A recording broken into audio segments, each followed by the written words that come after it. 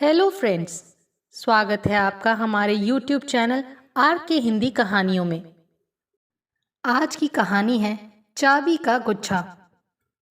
रेवती जैसी बहू पाकर मनोरमा जी निहाल हो गई थी।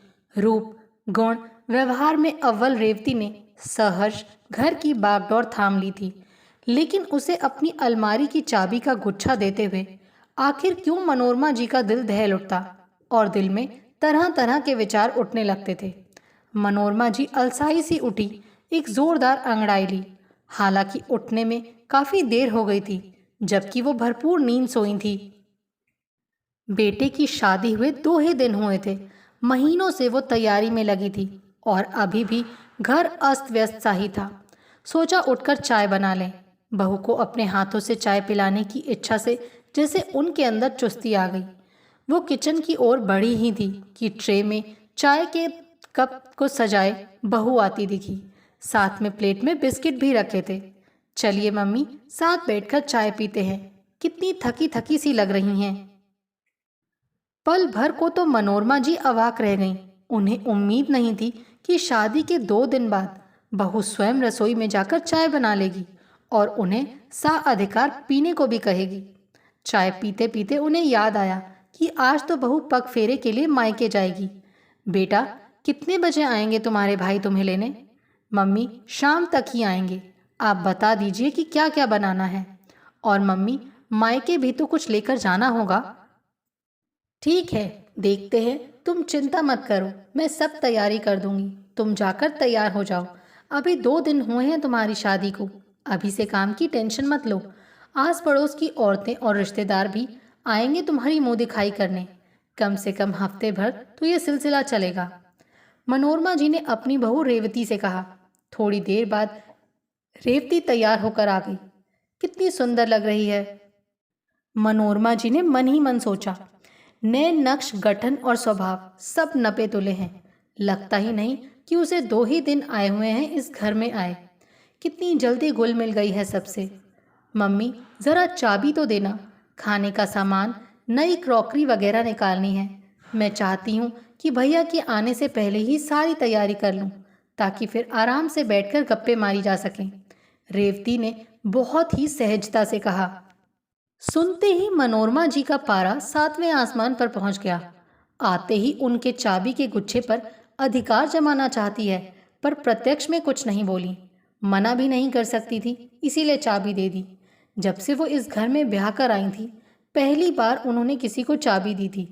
मन में तरह तरह के विचार आने तो स्वाभाविक थे। अब आप निश्चिंत होकर बैठिए, मैं सब मैनेज कर लूंगी। शादी की वजह से कितनी थक गई हैं आप?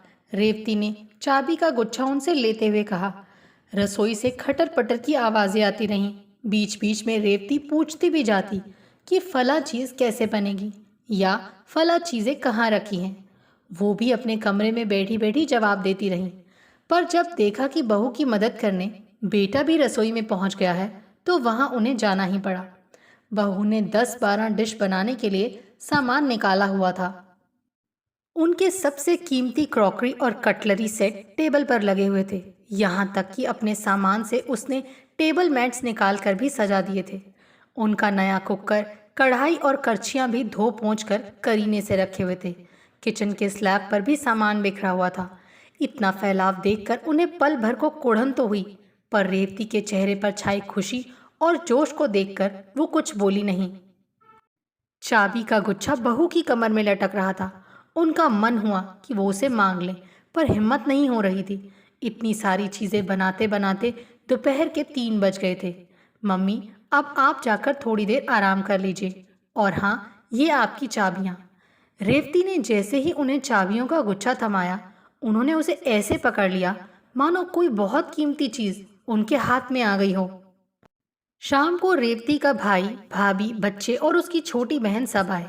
हर थोड़ी थोड़ी देर बाद वो उनसे चाबी मांगती। मम्मी, जरा ये निकालना है, चाबी दे दिए ना। फला चीज़ तो निकाली ही नहीं। निकाल देती हूँ। मेरी ससुराल में भैया पहली बार आए हैं, उन पर अच्छा इम्प्रेशन पड़ना चाहिए। वो चाबी का गुच्छा अवश्य उसे देती, पर जब तक उन्हें वापस नहीं मिल जाता, उनका सारा ध्यान उसी पर अटका रहता। सेवा सत्कार में शाम हो चली थी। रेवती अपने भैया के साथ मायके के लिए प्रस्थान कर गई। अगले दिन उनका बेटा नीरज रेवती को उसके मायके से ले आया। वो उनके गले लगकर ऐसे मिली मानो उनसे पल भर की जुदाई बर्दाश्त ना हो। मनोरमा जी को रेवती का उन पर इस तरह स्नेह उड़ेलना बहुत अच्छा लग रहा था, पर भीतर से उन्हें ये बात भी तंग कर रही थी कि कहीं रेवती उनके चाबी के गुच्छे पर अधिकार कर उनकी सत्ता को ही चुनौती न दे दे।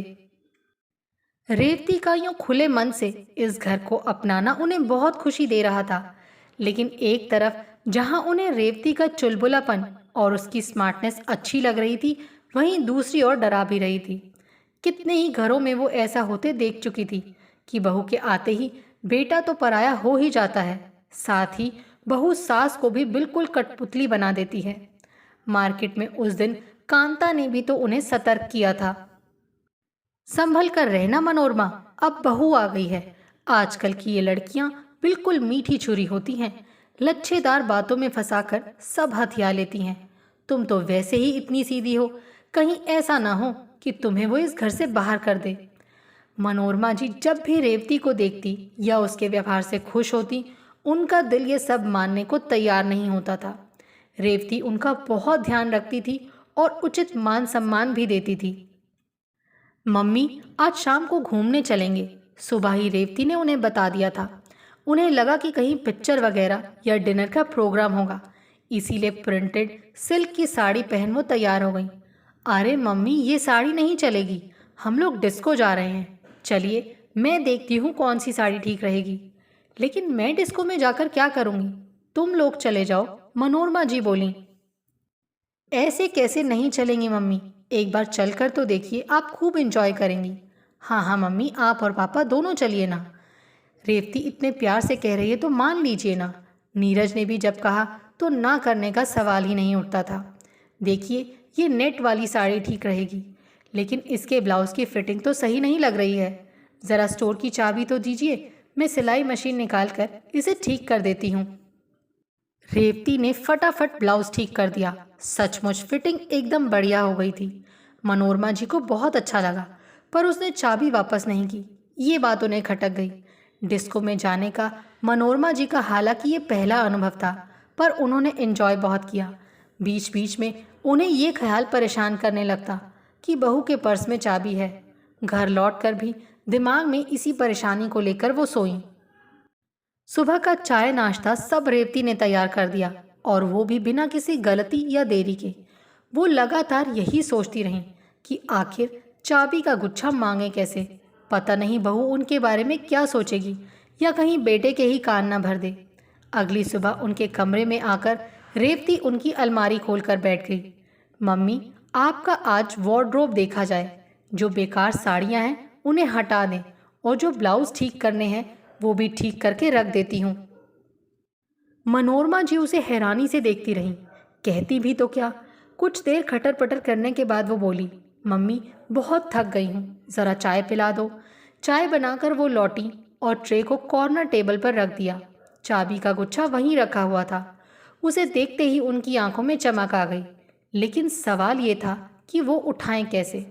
तभी रेवती का मोबाइल बजा और वो बात करने के लिए अपने कमरे में चली गई। मनोरमा जी ने तुरंत चाबी का गुच्छा उठा लिया, अपनी अलमारी को ताला लगा दिया और निश्चिंत होकर काम में लग गईं। चाबी का गुच्छा हाथ में आते ही उन्हें लगा मानो जंग जीत ली हो। उसके बाद से मनोरमा जी थोड़ा ज़्यादा सतर्क हो गईं। रेवती चाबी मांगती तो वो चाबी देने के बजाय खुद वहां जाकर ताला खोल देती, या उसके पीछे पीछे जाकर खड़ी हो जाती और खुद आगे बढ़कर ताला बंद कर देती। रेवती के प्यार और अपनेपन को देखकर मनोरमा जी का मन ये तो मानने को तैयार नहीं था कि वो उनका दिल दुखाने या अपमान करने का इरादा रखती है। इसके बावजूद जब जब वो उनसे चाबी का गुच्छा मांगती, उनके अंदर एक अजीब सी बेचैनी शुरू हो जाती। फिर उसे मांगने का बहाना तलाशने लगती। बेटा, स्टोर से कुछ सामान निकालना है, ज़रा चाबी देना, रेवती झट से कहती।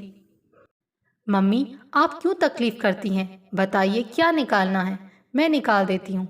वो इतने भोलेपन से कहती कि मनोरमा जी कुछ कह ही नहीं पाती। एक दिन मनोरमा जी को कुछ काम से बाहर जाना पड़ा, और जल्दी जल्दी में वो चाबी का गुच्छा अलमारी में ही लगा छोड़ आईं। सारा वक्त उनका दिल धड़कता रहा कि अब तो रेवती उसे निकालकर अपने पास रख लेगी। जब वो घर लौटी तो देखा अलमारी बंद थी और गुच्छा नदारद था। वो सोचने लगी, न जाने मेरे पीछे से इस लड़की ने क्या क्या सामान निकाल लिया होगा। वैसे भी तो जब तक उनकी ज्वेलरी निकालकर वो पहन लेती थी। मम्मी, शाम को क्या खाना बनेगा? मैं और नीरज तो आज डिनर पर जा रहे हैं। आपका और पापा जी का ही खाना बनेगा।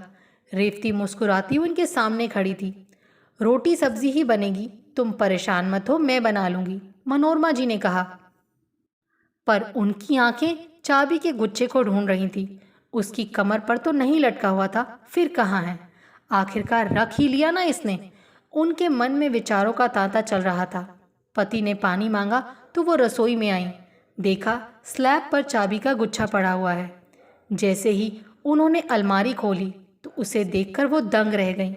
अलमारी पूरी तरह व्यवस्थित थी। 5-6 मॉडर्न ड्रेस, 4 लेटेस्ट डिज़ाइन की साड़ियाँ व स्वरोस्की और जरदोजी वर्क के 3 सूट करीने से हैंगर पर टंगे हुए थे। उनके गहने के डब्बे लॉकर में एक लाइन से रखे हुए थे। अलमारी में परफ्यूम और डियो व कॉस्मेटिक्स की नई रेंज भी रखी हुई थी। सबसे नीचे की दराज खोली तो देखा 2 जोड़ी नई चप्पलें रखी हैं। ऐसा लग रहा था कि रेवती ने अपनी महीनों की कमाई से ये सारा सामान खरीदा था और उनकी अलमारी की काया पलट की थी। मनोरमा जी वहीं बैठकर फूट फूट कर रोने लगीं। सब लोग घबराकर उनके पास दौड़े आए। वो रोए जा रही थी पर किसी को बता नहीं सकती थी और रेवती उनसे ऐसे चिपक गई मानो उससे ही कोई भूल हो गई हो। वो समझ नहीं पा रही थी कि अलमारी ठीक करके उससे ऐसी कौन सी भूल हो गई कि मम्मी रोए जा रही हैं। मैं बता नहीं सकती, मैं बता नहीं सकती, मनोरमा जी लगातार यही कह रही थी और उनका चाबी का गुच्छा एक कोने में पड़ा था। आपको हमारी ये कहानी कैसी लगी, प्लीज़ कमेंट करके ज़रूर बताइए। अगर आप इस चैनल पर नए हैं तो इसे सब्सक्राइब करें और शेयर करें। Thank you.